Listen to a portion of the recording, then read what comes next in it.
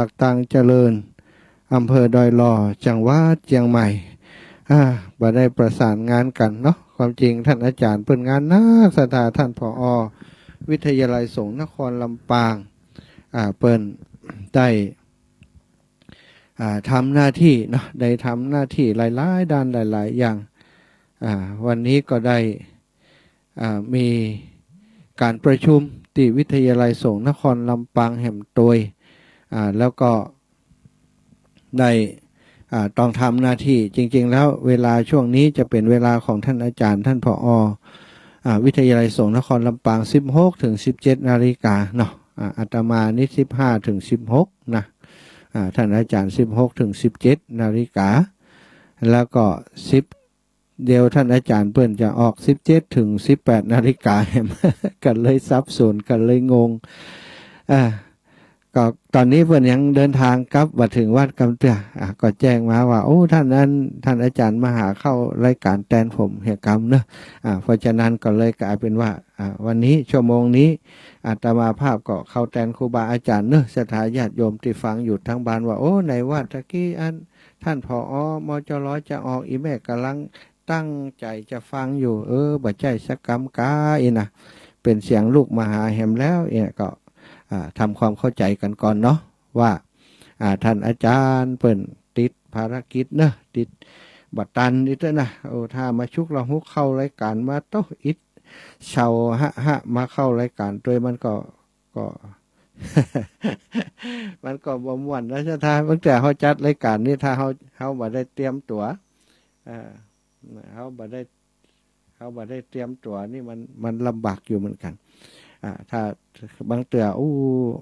การจะเอาอย่างมามาจากกับสถาญาติโยมมันต้องกันต้องกองเพราะในสมองมันมีหลายเรื่องซะท่าเรื่องนั้นก็ดีเรื่องนี้ก็ดีเนี่ยเขาก็ต้องลำดับลำดาเหตุก่อนว่าวันนี้จะจากันเรื่องยังเพื่อจะให้สถาญาติโยมเกิดประโยชน์จากการรับฟังเนาะสถาญาติโยมเรื่องธรรมะเขียดบางครั้งบางทีสถาญาติโยมก็ว่าโอ้ท่านอาจารย์สมชาติประเดี๋ยวบ่มีนิทานมาเล่าให้อีแม่ฟังเลย ช่วงนี้ถึงบ่ค่อยได้เล่านิทานได้เนื่องจากว่าติดตามฟังครูบาอาจารย์หลายรูปหลายองค์ต่างก็มีนิทานม่วนๆมาเล่าอีนะก็เลยอาตมาก็เลยหนีการเล่าไปเรื่องอื่นพ่องอย่างพ่องเพื่อจะให้มันไปมีได้หลายรสชาติหลายรูปแบบเนาะคนนั้นก่อนเล่านิทานจบไปมาแหมตนก่อนนิทานแหมแล้ว ศรัทธาว่าเอาไปเอามาเป็นรายการธรรมะนิทานไปไหนนะก็ส่วนใหญ่ก็เลยบอกค่อยได้เล่านิทานต่อใดศรัทธาทั้งหลายแต่วันนี้ก็ขอเล่าเห็นน้อยเนาะเนื่องจากว่าช่วงนี้เป็นช่วงที่หมู่เฮาทั้งหลายกำลังตั้งรับกับพายุที่จะเข้ามามาแรงนี้แล้วนะชะทาประเดี๋ยวนี้อากาศก็กำลังเริ่มอึมครึ้มเหมือนกับว่าจะมีฝนมีอะไรอย่างตกนักเนอะตกนักตกหนาอยู่นะชะทาญาติโยมเพราะว่าพายุโนรุหรือว่าโนรูเนี่ยบางพ่องก็ว่าโนรูเนาะโนรูมันโนรูพายุมีรูพายุโนรูนี่กำลังจะเข้าบ้านเฮาแต่คืนนี้ไปถล่มตีประเทศเวียดนามสร้างความเสียหายนักหนาที่แรกเปิ้นประเมินกันว่ามันจะลดระดับมาเหลือความรุนแรงประมาณระดับ3อีกซะแต่ปรากฏว่ามันบ่อย่างอันซะกำขึ้นฝั่งเวียดนามเนี่ยยังเป็นระดับ5อยู่ระดับ5นี่ถือว่ารุนแรงเนอะความเร็วลมนี่200-300พุ่นนะ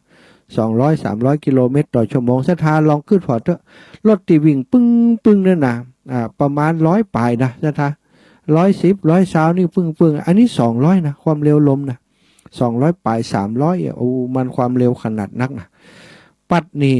ถ้าพอยืนอยู่กลางเล้งกลางติดแจ้งนี่ปิวไปเลยอะสถาตะคืนเนี่ยได้เข้าไปเตียน YouTube ที่เปิดนั้นรายงานความรุนแรงของพายุหันแล้วตกใจอีปอยอีแม่หลังคาปึ๊ดเป็นนั่นเป็นหลังปึ๊ดปิวขึ้นไปเลยนะชะทาหลัง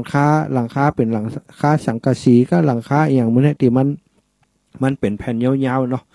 ปึ๊ดขึ้นไปตึงโค้งหลังคาปิววันอยู่ทั้งบนน่ะเหมือนกระดาษนี่นะ หันแล้วตกใจสะท้าอันแล้วก็กำแพงบ้านของเปิ้นเนี่ยขนาดปัดกำแพงตกลงไปเลย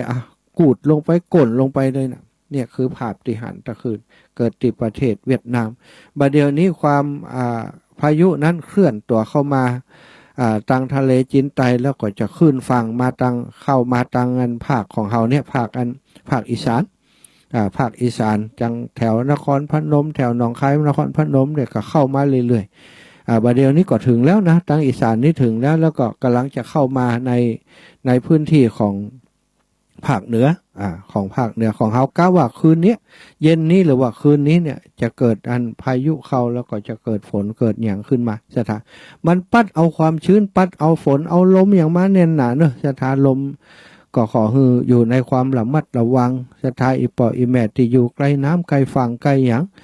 หรือว่าที่เคยมีปัญหาว่าน้ำท่วมนะน้ำท่วมบ้านของเขาอยู่บ่อยๆนั้นก็เตรียมเนื้อเตรียมตัวเนอะเตรียมตัวเอาขนของขนไอ้ยัง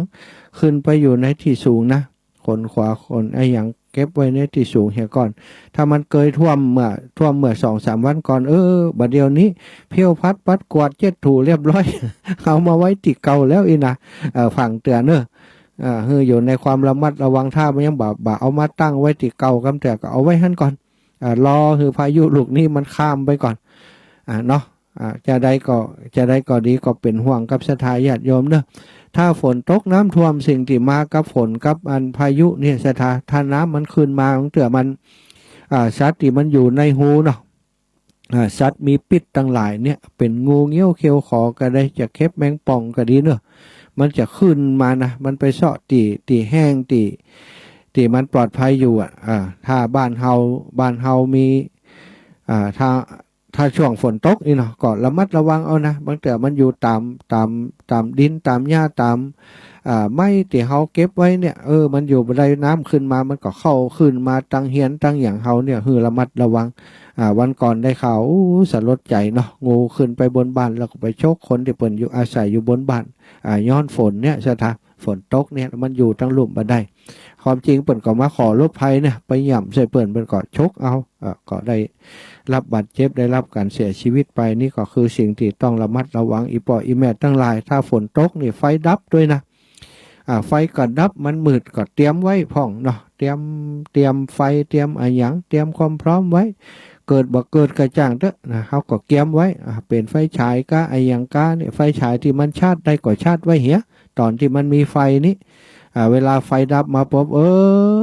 ไฟฉายมีบ่ได้ชาร์จสักกรรมสารก็บ่ได้ซื้อสักกรรมอีกนะมืดทึมอย่างก็บ่หันสุ่มซ้าสุ่มงมไปไปเต่าไปตุบใส่ของมีคมก็อย่างการเนี่ยก็จะได้รับบาดเจ็บนะเนาะขอให้เตรียมตัวตั้งรับไว้ระมัดระวังอย่าอยู่ในความประมาทมันบอกเคยเกิดขึ้นบ้านเฮาเป็นอย่างชักเตี้ยบ้านเฮาอยู่ที่สูงน้ำบ่ท่วมอีนะจ๊ะตาน้ำท่วมเนี่ยมันมีหลายอย่างเนอะน้ำท่วมติดต่ำก็เรียกว่าน้ำท่วมน้ำหลากลงมาจากภูเขาจากบนดอยก็เรียกว่าน้ำท่วมน้ำหลากเหมือนกันนี่ก็วันก่อนเนี่ยจะมาบอกเคยกึดว่าน้ำจะท่วมมันโรงพยาบาลเจ้าโฮมบอกเคยมีท่วมในสถานเปิ่นย้ายจากอันตีมันต่ำเนาะบอกก่อนน้ำท่วมโรงพยาบาลอยู่เปิ่นเป็นประจำเปิ่นมัดแป่งหิมดอยเพื่อสถานแป่งโรงพยาบาลอยู่หิมดอยเพื่อตีอันอำเภอเจ้าโฮมนะวันนั้นฝนตกตีดอยหันเน่นหนากะตกตีดอยรู้แล้วมันนั้นเข้าไปในห้วยในห้องกะลงห้วยลงห้องห้วยน้ำกับปุ่งเข้าอำเภอพอดีสถาปัตย์น้ำเข้ามาตีอันโรงพยาบาลเจ้าโฮมตะลั่นไปมีเนาะวัสดุอุปกรณ์ทางการแพทย์ก็ดีอย่างก็ดีคนไข้หนีการวุ่นวายประมาทบ่ได้สักเม็ดแล้วก็อยู่ใกล้ภูเขาก็เช่นเดียวกันอยู่ใกล้ดอยอยู่ใกล้ภูเขาเนี่ยที่มันจะจะโยดก็สังเกตดีๆเนอะถ้าอยู่ใกล้บ้านใกล้โดยเฉพาะบ้านที่เปิ่นขุดดินออกไปนะจ๊ะขุดดินออกไปเอาดินไปถมหั่นถมนี่จากเป็นตีเทิมตีอย่างเนี้ยเปิ่นขุดดินออกไปแล้วก็กลายเป็นตีอันเวลาฝนตกมามันโจกลงมาสูงแล้วก็ดินที่มันขุดไปเนี่ยศรัทธาญาติโยมมันก็บ่มีหญ้าบ่มีอย่างขึ้นเวลาฝนตกมาอย่างมามันบ่อุ้มน้ำมันอุ้มน้ำมันบ่มีดินที่ยึดหักยึดอัน มันบ่มีหากไม้ที่ยึดดินไว้ก็อาจจะโยดจะยั่วลงมาเนาะปีหนึ่งที่พายุดอมเลเข้าเนี่ยโอ้บักเกยหันเกิดกำแต่ดินโยดบ่ฮู้กี่ตีกี่ตางโยดลงไปถมบ้านถมจองชาวบ้านได้รับบาดเจ็บได้รับการเสียชีวิตไปหลายรายนะที่ตำบลเมืองปานที่อำเภอเมืองปานตอนที่ปีดอมเลปีนี้ก็เช่นเดียวกันสถานพายุที่จะเข้านี้เราเปิ่นเตือนนะเปิ่นเตือนให้ระมัดระวังไว้เนาะอาตมาก็ถือโอกาสแจ้งให้อีปออีแม่ให้ระมัดระวังไว้เหมือนกันอันตรายจะมาหาเฮาจากภัยพิบัติอย่างอีเฮาบ่ฮู้สถาลมมันจะมาปองได้บ่ฮู้ที่เปิ่นพยากรณ์ไว้มันอาจจะเคลื่อนตัวไปแห่งตั้งหนึ่งก็ได้ขึ้นประเทศไทยอาจจะอ่อนกำลังลงก็ได้หรือว่าเพิ่มกำลังขึ้นมาแห่งก็ได้เหมือนกันสิ่งที่พยากรณ์ไว้ก็เหมือนกับทำนายทายทักเนี่ยศรัทธาญาติโยมมันจะถูกสัก 80% นี่ก็ยากนะสัก 70% นี่พอเป็นไปได้อยู่ถ้าจะถูกต้องเนี่ยจะ 100% เต็มนั้นเป็นไปบ่ได้ศรัทธาก็ต้องเท่าทั้งหลายก็ต้องระมัดระวังกันเอาไว้เนอะพายุมันเข้าแล้วพายุมันขึ้นมาแล้วพายุโนรูจะสร้างความเสียหายให้ต่อได้เขาก็ยังบ่ฮู้เตือนต่างประเทศนี่ประเทศญี่ปุ่นเนี่ยโอ้เสียหายเป็นตาดีดูเปิ้นศรัทธาบ้านช่องห้องหอปิวจมน้ำไปปิวเป็นลังพังเป็นลังจมลงน้ำไปห้างสรรพสินค้าใหญ่ๆดังๆกระจกแตกบาดคนงานทำหือคนได้รับบาดเจ็บไปกันนักสูญหายก็หลายที่ประเทศเวียดนามตะคืนนี้ก็เช่นเดียวกันศรัทธาเสียชีวิตและสูญหายก็นักบ้านเฮานี้เปิ้นบอกว่าดีบ่ดีเขาจะได้หันพายุที่รุนแรงที่สุดนะวันนี้ก็ติดตามข่าวอยู่บ่อยากจะให้เกิดขึ้นซะท่าแต่ก็แปลกเหมือนกันซะท่าทุกครั้งที่เปิ้นบอกว่าจะเกิดความรุนแรงจะเกิดความรุนแรงจะเกิดพายุเข้าที่บ้านเฮาอย่างอันอย่างอีน่ะถึงเวลามาปุ๊บมันบ่เป็นอย่างที่ว่าก็มีนะเปลี่ยนทิศเปลี่ยนทางไปเหี่ยไปที่อื่นเหี่ยแล้วก็อ่อนกำลังลงอีกกลายเป็นแค่พายุโซนร้อนพายุแทนที่จะเป็นพายุไต้ฝุ่นอย่างต่างๆที่คาดไว้บ่เป็นอันนี้ก็โดยเตชะปารมีเนาะเมืองเฮาบ้านเฮาเมืองเฮาเป็นเมืองพุทธนับถือพระพุทธศาสนาได้หือตานรักษาศีลภาวนากันก็คงจะเป็นส่วนหนึ่งพระสยามเทวาธิราชโดยที่ปกปักรักษาเนาะเฮานับถือในหลวงรัชกาลที่9ว่าเป็นเทวดาของเฮาท่านก็คงจะปกปักรักษาและบ่ฮือพี่น้องชาวไทยทั้งหลายได้รับภัยพิบัติประสบภัยพิบัตินักหนาไปกว่านี้ถึงวันนี้เรื่องของเศรษฐกิจก็ดีเรื่องอะไรอย่างก็ดีเท่าพี่น้องชาวบ้านได้ลำบากลำบนโดยเฉพาะเรื่องโควิด-19 ที่ผ่านมาศรัทธาอีปออีแม่บางพ่องก็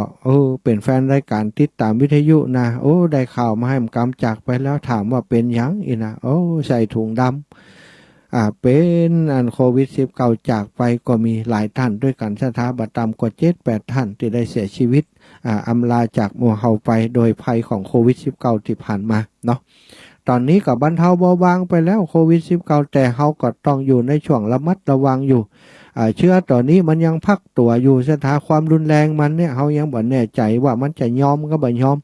ถ้ามันบ่ยอมมันลุกขึ้นมาปรับตัวเองเปลี่ยนแปลงตัวเองมีความรุนแรงนักขึ้นวัคซีนก็ดียาก็ดีที่เฮามีอยู่ที่เฮาว่าบ่กลัวแล้วนะต้องระวังไว้เหมือนเดิมอีพ่ออีแม่เฒ่าแก่แล้วจะไปที่ไหนในย่านชุมชนก็ยังต้องใจแมสอยู่เนาะผ้าปิดจมูกที่กรองจมูกที่ดักเชื้อโรคนั่นน่ะใจอยู่ไปไหนมาแล้วก็เอาขว้างเอาทิ้งเหียเอาใส่ถังขยะใส่ถุงขยะเหียไปเอามาใส่แหมบางเตื่อมันบางทีนี่เชื้อโรคที่เกิดขึ้นในห้านนี่มันมีหลายอย่างศรัทธาไม่กระทั่งลมหายใจน้ำลายของเฮาเนี่ยที่มันเปื้อนมันติดอยู่ในผ้าแมสอันเนี้ยมันก็เกิดเชื้อโรคสะสมเชื้อโรคเป็นอันตรายต่อชีวิตเฮาต้องระมัดระวังจะไปเสียดายมันเนาะใจแล้วก็ทิ้งนะตามที่เปิ้นสร้างตามที่หมอว่านั่นเนาะใจแล้วอีแม่นี้5 อันนึงใจได้5 วันเพิ่นอีแม่ใจดีรักษาดีไปเนี่ยจะอันนะมันจะเกิดโรคแหมโรคหนึ่งขึ้นนะหมอเปิ้นเตือนมาแล้วก็ต้องฟังเปิ้นนะปฏิบัติตามเปิ้นเรื่องลมพดไปหาเรื่องโควิด-19 เนาะเพราะว่ามันเป็นเรื่องที่เฮาต้องระวังนะศรัทธาญาติโยมอีปอยอีใหม่ทั้งหลายโดยเฉพาะคนเฒ่าคนแก่เนี่ยเป็นพายุเข้าก็เป็นฝนเป็นลมนี่สิ่งที่ต้องระมัดระวังคือคนเฒ่าคนแก่จะอยู่จะได้ให้ปลอดภัย ถ้าสมมุติว่ามีบ้าน2ชั้นจะไปอยู่ชั้นบนเนอะลงมาอยู่ชั้นลุ่มอยู่แล้วก็อยู่ตรงตีมันพอจะป้องกันเขาได้นะถ้าเป็นอาคารก็ต้องเป็นอาคารแล้วก็พอไว้ตัดได้ที่จะปลอดภัยเปิ้นบอกว่าถ้าลมก็ดีแผ่นดินไหวก็ดีเนี่ยคือถ้าแผ่นดินไหวเนี่ยถ้าเป็นไปได้อยู่ในที่แจ้งสถาแต่ลมนี่มันอยู่ในที่แจ้งบ่ได้อยู่ในที่แจ้งนี่มันดีกับโอ้เปิ้นปัดอย่างปิวมาหาเฮาอย่างสังกะสีที่อาตมาว่าจะขึ้นปิวไปถึงหลังบ้านถึงหลังปิวไปแล้วสังกะสีนี่บางเตือนเนาะมันมีคมไม่อย่างสถาบันปิวมากว่ามันตกใส่คอใส่อย่างนะอันตรายอยู่ในที่แจ้งบ่ได้ก็ต้องอยู่ในที่มันมีที่มุงที่บังก็ต้องแข็งแรงนะไปอยู่ใต้ที่มันไม่ก็บอกแข็งแรงอย่างก็บอกแข็งแรงมันก็จะอันตรายกับอีป่ออีแม่เนอะนี่ก็เป็นห่วงตักเตือนกันไว้ถึงเรื่องฝนตกสถาทงปกกับน้ำท่วมมันมาด้วยกันพายุถ้าฝนถ้ามีลมเข้ามาก็มีผ้าเพี้ยเนาะแล้วก็มีฝนตกบัดเดี๋ยวนี้เทคโนโลยีบ้านเฮามีโทรศัพท์มือถือมีอินเทอร์เน็ตมีโน้ตบุ๊กเนาะมีวิทยุมีเครื่องใช้ไฟฟ้าที่มันเป็นอิเล็กทรอนิกส์นี่นะมันใช้สัญญาณทางอากาศนี่นะถ้าฟ้าผ่านะกระแสของฟ้านี่มันจะวิ่งมันจะวิ่งผ่านอุปกรณ์เทคโนโลยีหมู่นี้ถ้าเฮาใจอยู่เดี๋ยวบัดนี้มันฝ่าลงมาที่เฮาหั่นนะก็ต้องระมัดระวังเหมือนกันถ้าพายุเข้าก็ถ้าเป็นไปได้ก็ปิดเฮียไปฝั่งเปิดไปฝั่งอู้กันจะโทรไปหาอีน้องโทรไปหาบ้าไอ้บัดเดียวผ้าบรรเทาฟ้าผ่าตึงตั้งไหนระวังนะศรัทธาญาติโยมกลัวนะเป็นห่วงบอยากคืออย่างเกิดขึ้นสร้างความสลดใจคือครับที่คนที่ได้รับฟังข่าวเนาะบอยากคืออีปออีแม่ไผที่ฟังรายการอยู่เนี้ยได้รับบาดเจ็บเกี่ยวกับอุทกภัยวาตภัยภัยพิบัติทางธรรมชาติที่จะเกิดขึ้นคือระมัดระวังป้องกันตัวไว้มีโทรศัพท์กับปิดเฮียก่อนพายุตึงตั้งไปหนัวเอามาโทรมามานี้อันตรายเนอะปิดสัญญาณได้ก็ปิดเหียปิดโทรศัพท์ไปเหียเป็นน้ำแล้วฟังวิทยุอยู่ก็ปิดเหียก็ได้วันอื่นก็ฟังต่อไม่ใช่มีวันเดียวเนาะมันอันตรายกับเฮาก็ปิดเหียปิดอย่างต่างๆคือมันปลอดภัยกับตัวเก่าอยู่ในจุดที่มันปลอดภัยกับตัวเก่าเนาะก็จะผ่านพ้นภัยพิบัตินี้ไปได้มีเรื่องเล่าเนาะตอนที่พายุเข้าอย่างต่างๆนี่ก็กืดได้นะสถาได้หันนั่นคนจมน้ำก็ดีได้หันคมลอยน้ำไปก็ดีวันก่อนที่อัฟกานิสถานที่สถาหันเนี่ยสถาเฮยน้ำมันเข้ามาในห่อมมันหุบภูเขาแล้วก็บ้านเปิ่นสร้างอยู่ในหุบในภูเขาตึกเป็นหลังสูงเป็น30-40ชั้นล่มลงมาแล้วคนอยู่ในหันสักต่อใดสถาคนเตียนเดินอยู่กลางตางอยู่เดินอยู่ในถนนอยู่นับตั้งน้ำทะลุไปกลายเป็นแม่น้ำลำคลองไหลตะลั่นกลางถนนหนทางคนลอยน้ำไปจ่วยชีวิตใดก็มีจ่วยบ่ได้ก็มีดิกน้ำตายไปเยอะสถาบางคนนี่กำขอนลอยด้วยขอนอย่างไปโดนซัดเข้าไปขอนหายลุดจากขอนไปจมน้ำไปจ่วยบ่ได้หันแล้วก็เกิดความสลดหดหู่ในจิตในใจบัดเดียวนี้ภัยพิบัติทางธรรมชาตินี่รุนแรงขึ้นติ๊กเนอะอีปออีแม่ทั้งหลายบัดเดียวนี้ตีอาตมาตะกี้เรื่องคนตายโดยฟ้าผ่าเนี่ยประเทศอินเดียตายโดยฟ้าผ่านักที่สุดนะจ๊ะ100 คนนี่จะตายโดยฟ้าผ่าประมาณ 2-3 คนประมาณ3 คนเนี่ยในแต่ละปีนะบัดเดียวนี้เพิ่มขึ้นว่ะบอกว่ามันเป็นได้นะในประเทศอินเดียถึงทำไมถึงฟ้าผ่าแล้วก็ฟ้าผ่าเนี่ยมีด้วยกันหลายสาเหตุด้วยกันตัวเหนี่ยวนำไฟฟ้าคือมันผ่าลงมานั้นมีหลายอย่างโดยเฉพาะคลื่นอิเล็กทรอนิกส์เป็นบอกคลื่นอิเล็กทรอนิกส์เนี่ยอย่างโทรศัพท์มือถือมันใช้คลื่นอิเล็กทรอนิกส์คลื่นสัญญาณทางอากาศคลื่นความถี่เนี่ย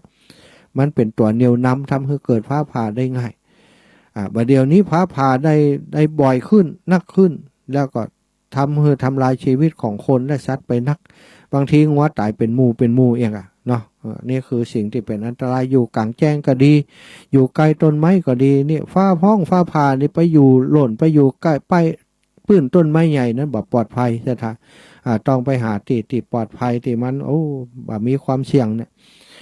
กำเล็กกำไรกำขบกกระเชื่อหรือว่าบางคนนี้มีท้องมีอย่างใส่คอใส่แขนนี่ก็ต้องระมัดระวังเนอะอยู่ในที่แจ้งนี้อันตรายนะอยู่ในที่ลมที่เงาก็ต้องพอว่าลมเงานั้นโอ้มีไม้สูงอยู่ขั้นต้นเดี๋ยวฟ้าผ่าลงมาหันสุดท้ายมาไปลบผลกลายเป็นไปเอาชีวิตไปปล่อยไปขวางที่หันไปเหี้ยอู้ถึงเรื่องอันคนตกน้ำไหลน้ำสถานะมีเรื่องเล่าในอดีตการนะมี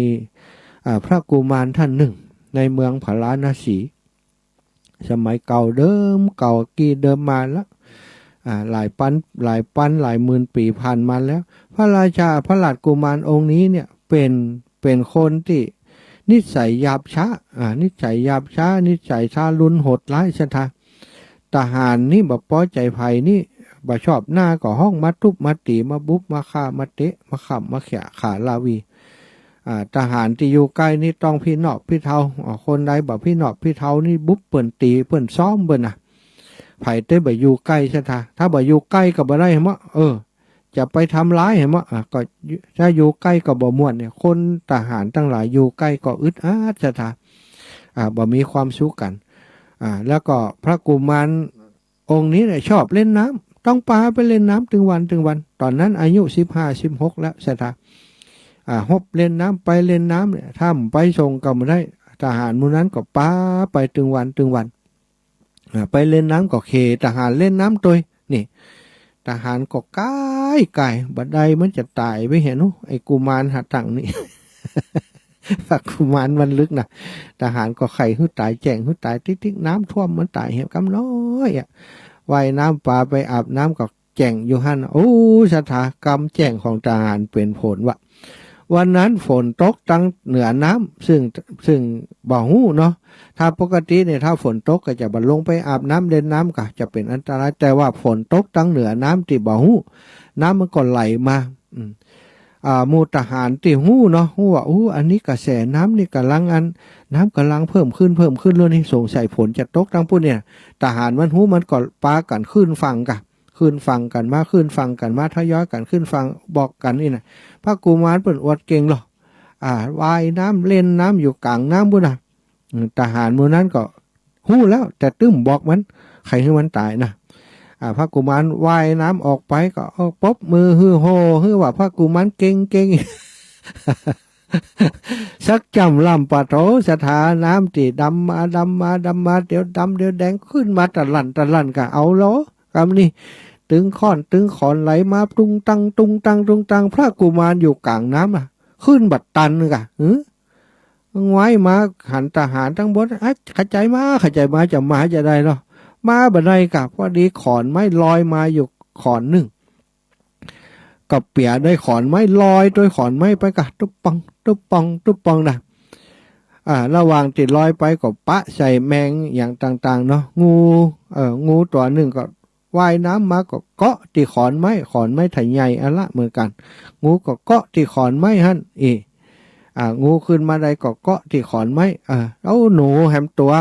หนูลอยมาปะใส่ขอนไม้ก็โดดขึ้นขอนไม้ดูจะทาลอยไปแหมน้อยโอ้นกคุ้มตกลงมาเนาะนกคุ้มตกลงมาลอยมาติดใส่ขอนไม้ก็โดดขึ้นขอนไม้ตึงคนตึงงูตึงหนูตึงนกสถาไปด้วยกันลอยตุ๊บ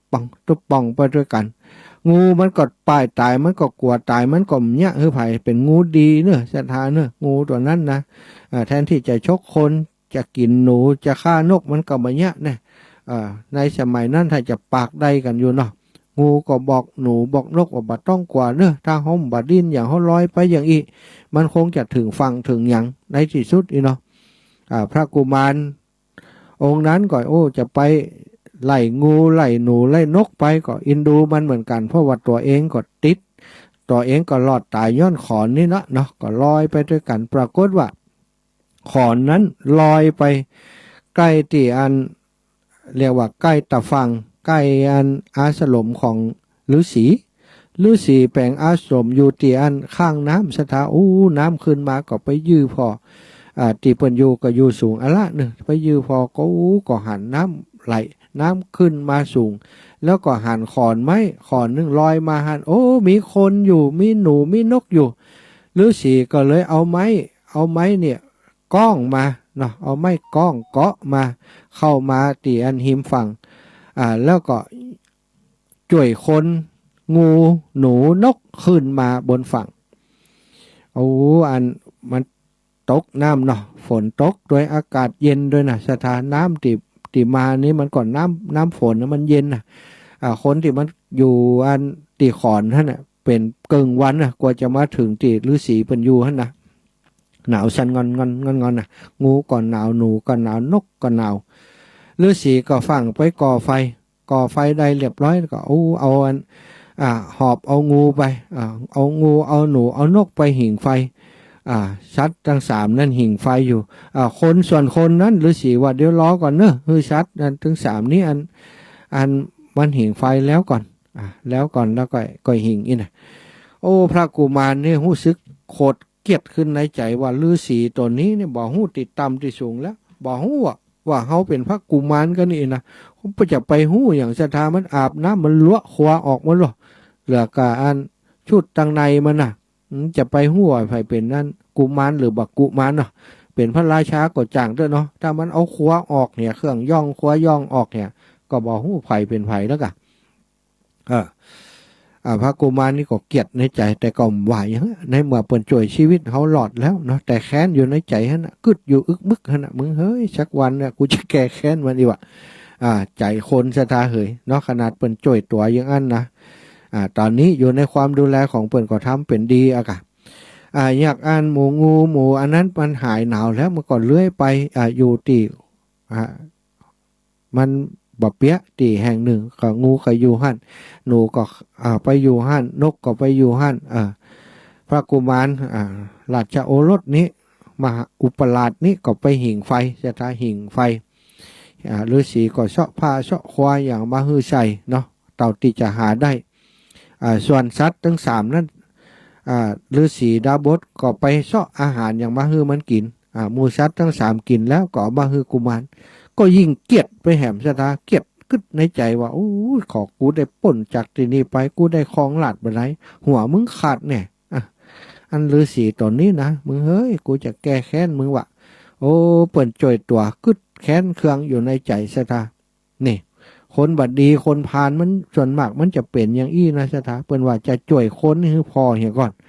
ดีก็บัดดีถ้าไปจ่อยคนพาลนี่ดีก็จะเอาโทษเอาภัยมาหาตัวเก่าอันนี้ต้องพิจารณาเหมือนกันเนาะ เปิ้นบอกว่าขอนเอาขอนไม้ตีลอยน้ำนี่เอาขอนไม้ลอยน้ำขึ้นมาดีกว่าการจ่วยคนเนี่ยอันนี้มันแต้นะจ่วยซัดขึ้นน้ำจ่วยซัดนี่ยังได้บุญกว่าจ่วยคนเนี่ยนะเอาขอนไม้ขึ้นมาจากน้ำนี่ยังดีกว่าจ่วยคนจ่วยคนอกตัญญูขอนไม้ขึ้นจากน้ำศรัทธาญาติโยมก็ยังมีประโยชน์เอามาจุดไฟเอามาดังไฟอย่างไรแต่คนบักกัดตันยูเนี่ยจ่อยขึ้นมาดีก็จะเป็นอันตรายสัตว์ถึงสามหลังจากที่ท่านดาบสเปิ่นจ่วยเหลือแล้วน้ำลดลงไปแล้วเนาะสถานการณ์กลับคืนสู่ปกติงูก็บอกปอฤาษีว่าปอฤาษี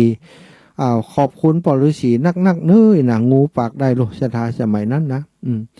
อันติจ่วยข้าพเจ้าไว้บัดเดียวนี้นาจัดก่อนข้าพเจ้าเป็นเศรษฐีแล้วก็เป็นคนที่หวงทรัพย์สมบัติ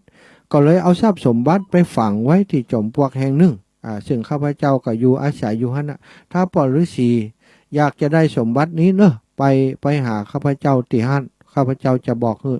สมบัติของข้าพเจ้านี้ของเฮาหั่นน่ะของเฮามีอยู่40 โกฏเนอะปอฤาษีว่าแล้วก็ลาปอฤาษีเลื่อยไปหนูก็บอกคือปอฤาษีว่าของผมจัดก่อนเนี้ยผมก็เกิดมาเป็นฤาษีเหมือนกันปออันฤาษีเกิดมาเป็นเศรษฐีเหมือนกันแล้วผมนี่เก็บทรัพย์เก็บสมบัติไว้อยู่30 โกฏเอาไว้ติอันหูของผมที่จมปลวกที่ผมไปคุดไว้หันถ้าปอฤาษีปรารถนาซึ่งทรัพย์สินทรัพย์สมบัตินี้ก็ไปหาเถอะผมจะยกฮือหมดเนี้ยนกคุมนกอันมันไม่ใช่นกคุมเนาะชะทาเป็นนก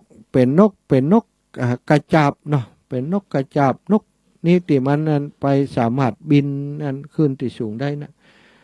มันตกลงมาเนาะอันนั้นฝนตกมันตกลงมาเนี่ยนกกระจาบก็บอกปออันฤาษีว่าอันถ้าปอฤาษี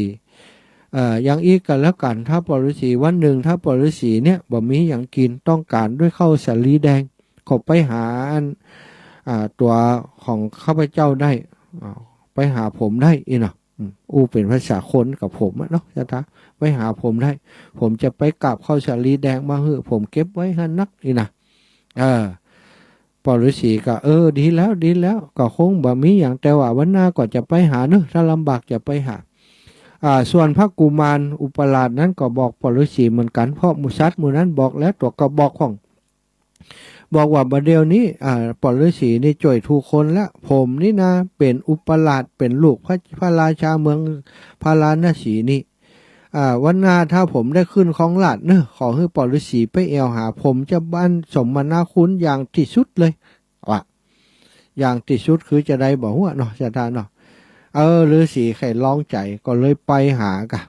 ได้เวลาเมินนานแล้วก็ไข่ลองใจว่าไปหางู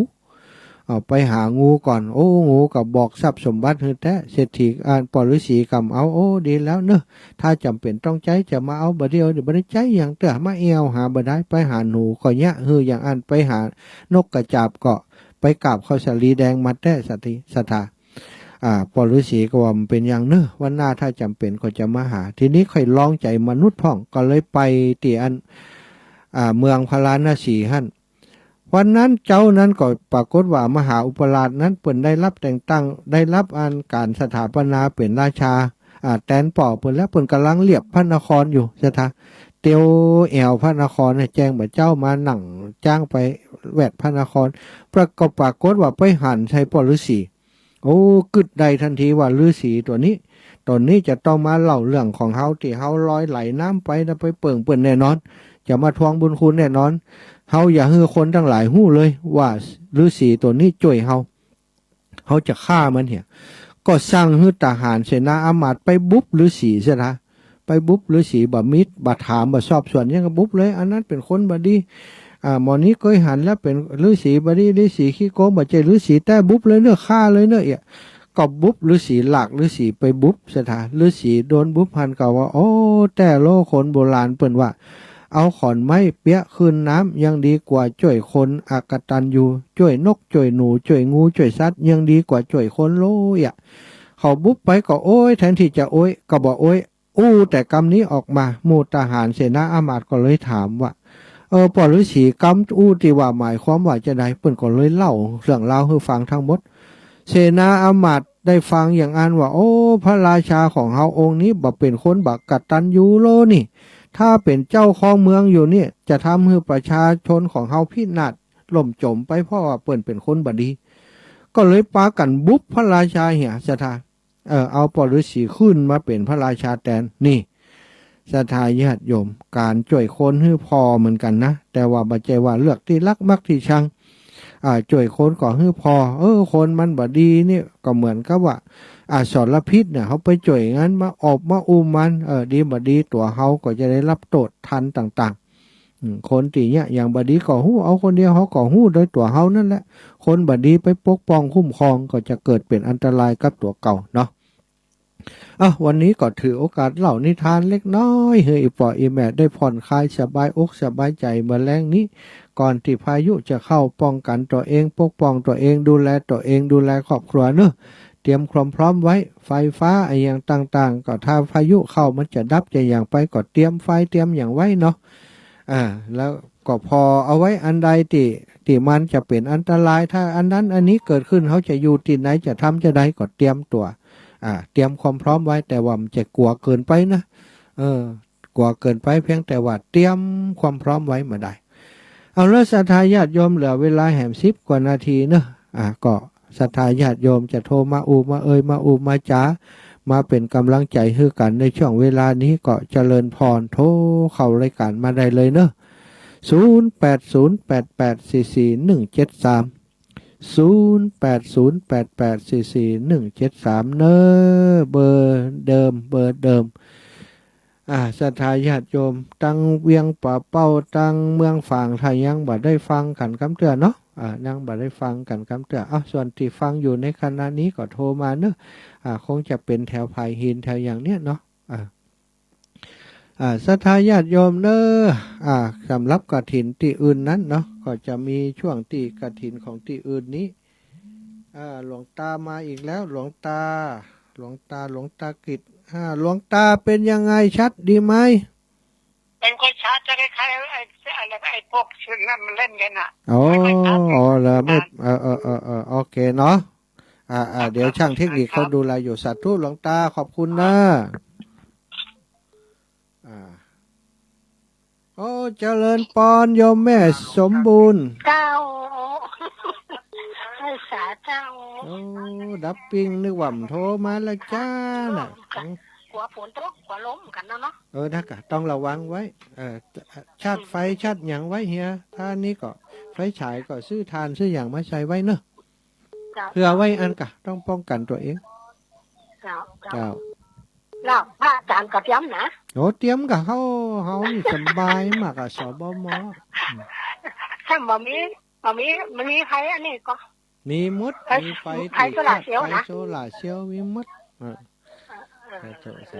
ขอบคุณอีเมลนะครับสายอื่นก่อนเนอะเจ้าปันกันคนเล็กคนน้อยไป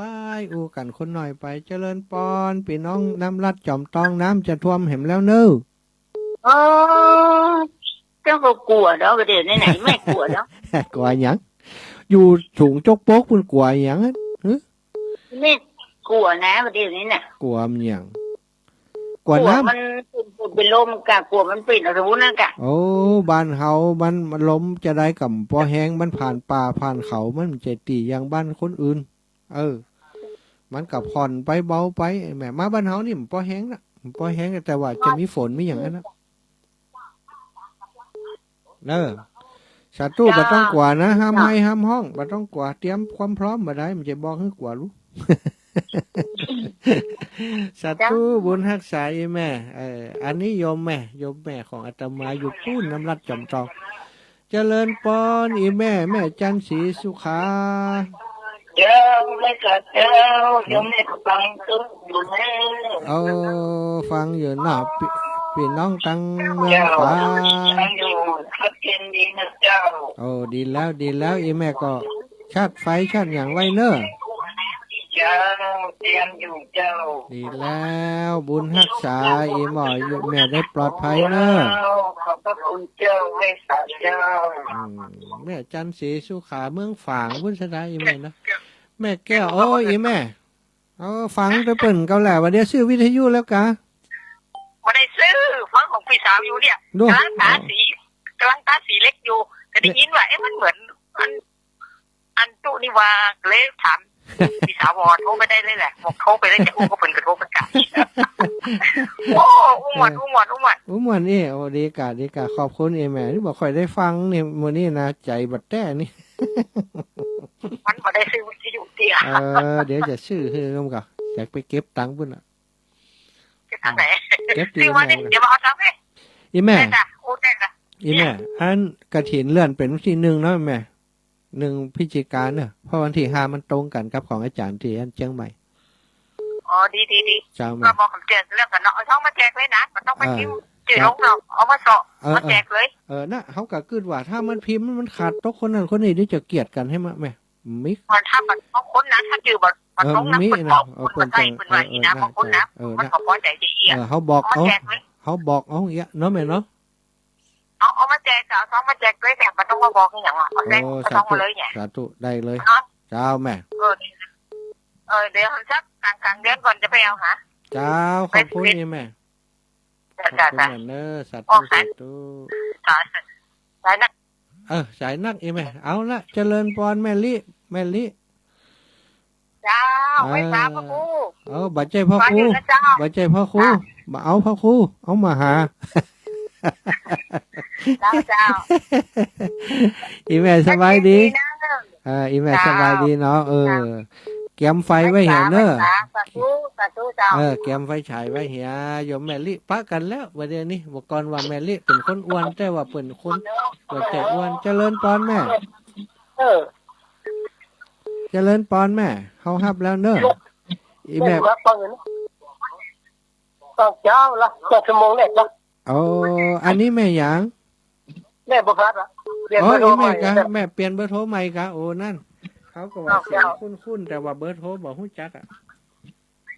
ว่าจารย์เจ้ากำลังใจเนอะ สาธุขอบคุณอีแม่เนอะแม่บัวผัด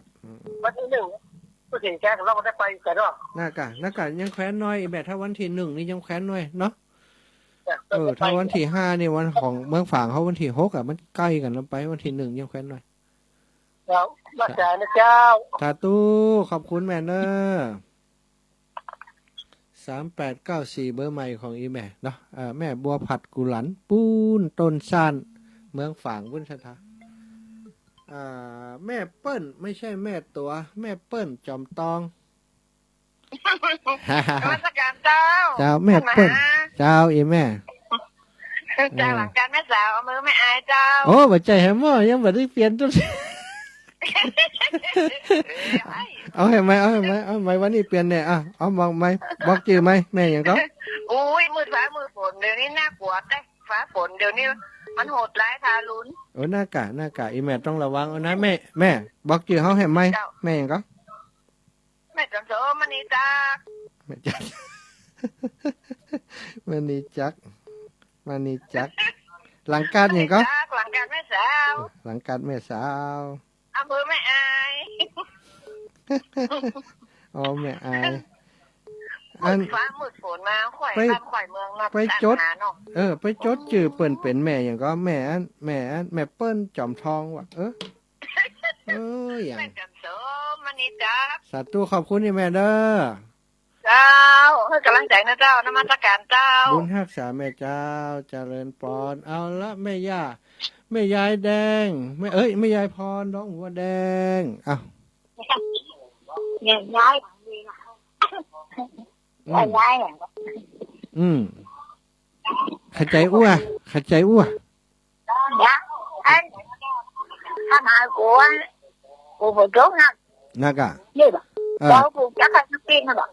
นักะกว่ากะอีแม่มกว่ากะเกม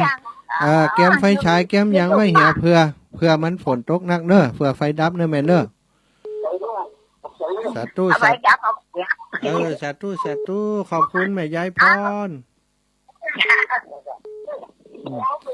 แม่ยายพรจังเปิดด้านวิทยุมันเสียงบอกค่อยชัดต่อได้เฮาบ่ค่อยได้ยินเสียงยายต่อได้เจริญพรโยมแม่ศรีนวลโอ้แม่ศรีนวลบ้านห้องกอกอีแม่เจริญพรนี่แม่สบายดีก่อแม่ศรีนวลเฮาฮับแล้วอ๋อแม่ศรีนวลใส่ลุกไปเห็นแล้วน่ะ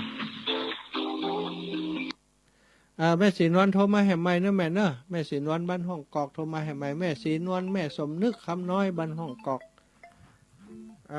ตันหุระแม่ศรีนวลเฮ้ยแม่บุญห้วยซักสันพระเจ้าแดงเจริญปอนแม่บุญ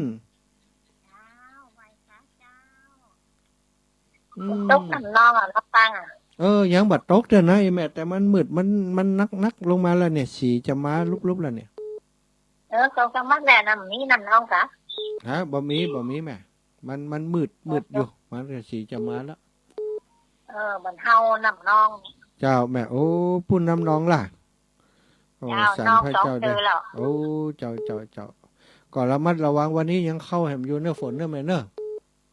เจ้าสาธุขอบคุณอีแม่นะเจ้าสาธุอีแม่เจ้าเอาเจริญปอนโยมพี่พิสมัยถ้าจะมาปีไทยเปิ่นอย่างนี้แน่นอนแล้ววันนี้มาปั่นปอนแตนกันเหรอ จัดตุได้จัดต้องฝ่ายมากนะฮะนักกะอายุวันโนสุขังพลังนะนักกะเนาะจังว่าเราอยู่ที่ตัวเจ้าอยู่ที่หลวงปู่ตัวลุงทองมาตั้งแต่น้อยปุ่นละจังว่าก็ลูกศิษย์เปิ่นพอได้อยู่แต่ว่าไปแล้วก็พอได้นักกะจังเป็นแม่ชี้ให้บ่ ฮะ เป็นแม่ชีเหรอบ่ จะทำได้ก็มาหาที่รับแต่ได้เนาะ ฟังชัดเจนดีเนาะวันนี้เนาะ เตียนเจ้าตะเกียนไข้หัวแม่จันโสมณีจัก แม่เปิ้นจอมตองอีกอ่ะยกเป็นพิษอ่ะ ก็ไข้หัวดีนะแม่จันโสมนะ จอมมหาปีก็แหละ เป็นไข้หัวดี อ๋อเจ้า เจ้า หมดเวลาหมดพอดีโยมปีมาปั่นป้อนพร้อมกันเนี่ยเนาะ